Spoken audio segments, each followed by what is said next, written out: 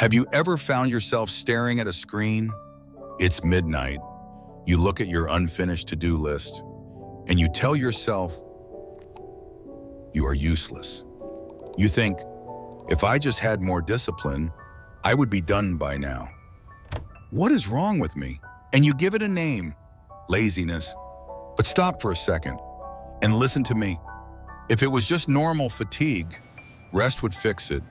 But for you, you could sleep all weekend, and come Monday morning, you are still exhausted. When rest doesn't solve the problem, it is not laziness. Calling yourself lazy feels honest, but the cost is high because you are trying to treat a broken bone with a Band-Aid. You are not broken, you are burnt out. And here is what is actually happening. Let's look at the science for a moment. Just so you know, you are not imagining this. In 2019, the World Health Organization included burnout in the ICD-11 classification. The ICD-11 later came into effect in 2022. They defined it very carefully. Burnout is not classified as a medical condition. It is classified as an occupational phenomenon. This distinction matters because it emphasizes one thing. The problem isn't just you, it is chronic workplace stress and how that environment wears you down over time. According to Christina Masloch in Foundational Research, burnout doesn't happen overnight.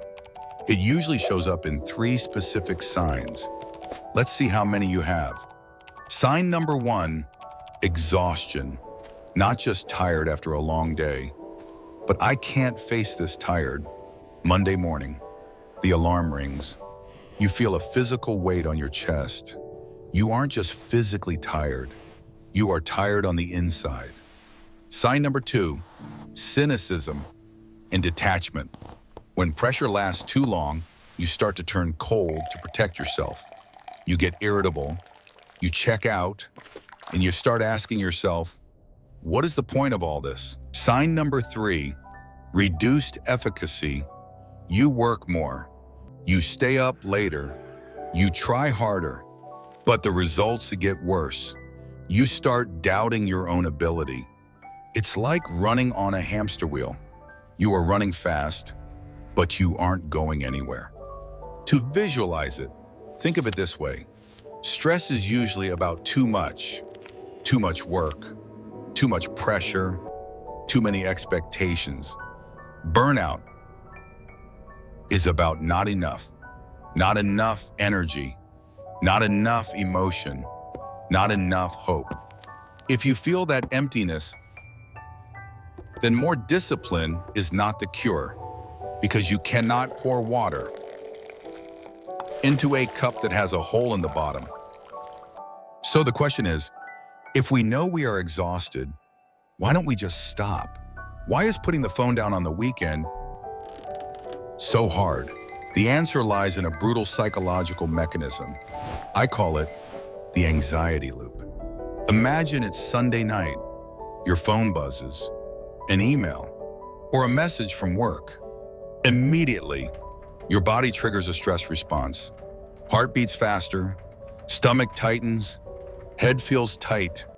And right now, what is the fastest way to stop this discomfort? It is to check that message. It is to reply immediately. You do that. The anxiety drops.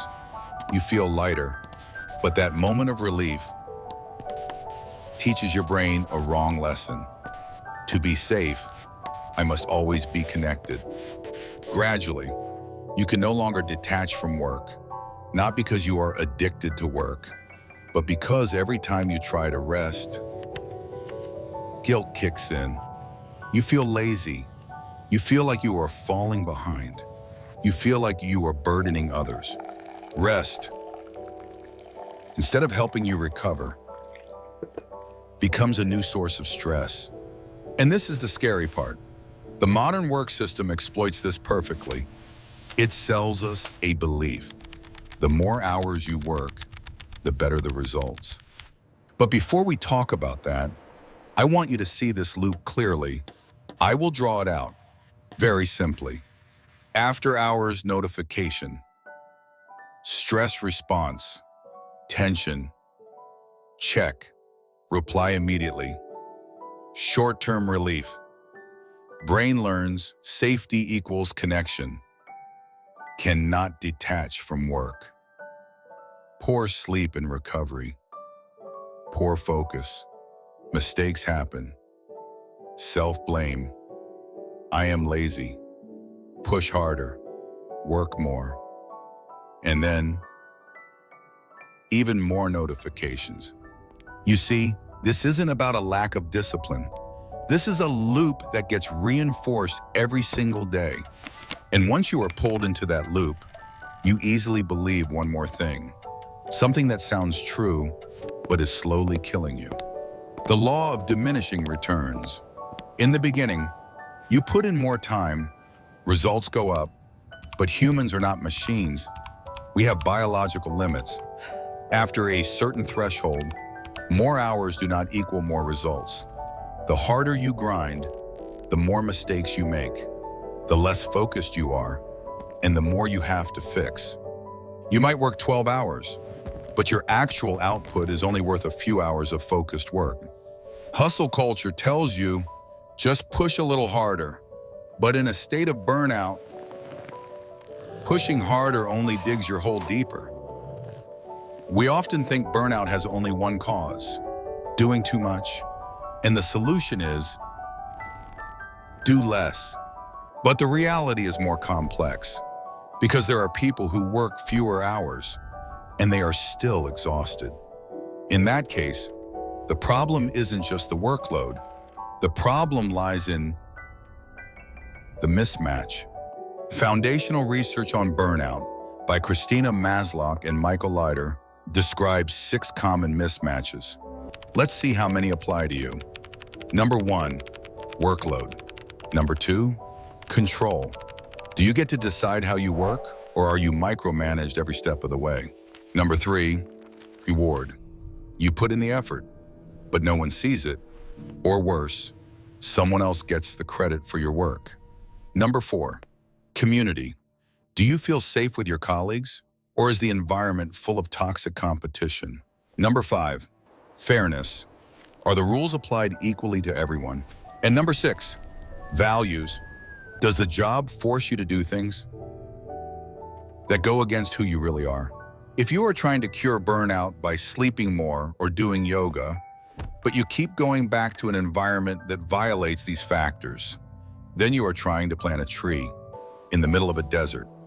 The tree doesn't die because it is weak. The tree dies because the soil is toxic. So where's the way out?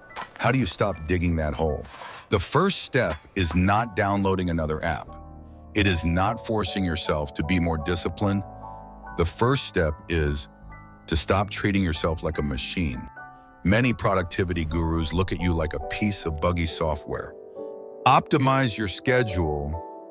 Wake up at 5 a.m. Cram in more work. But you are not a computer. You are a biological system.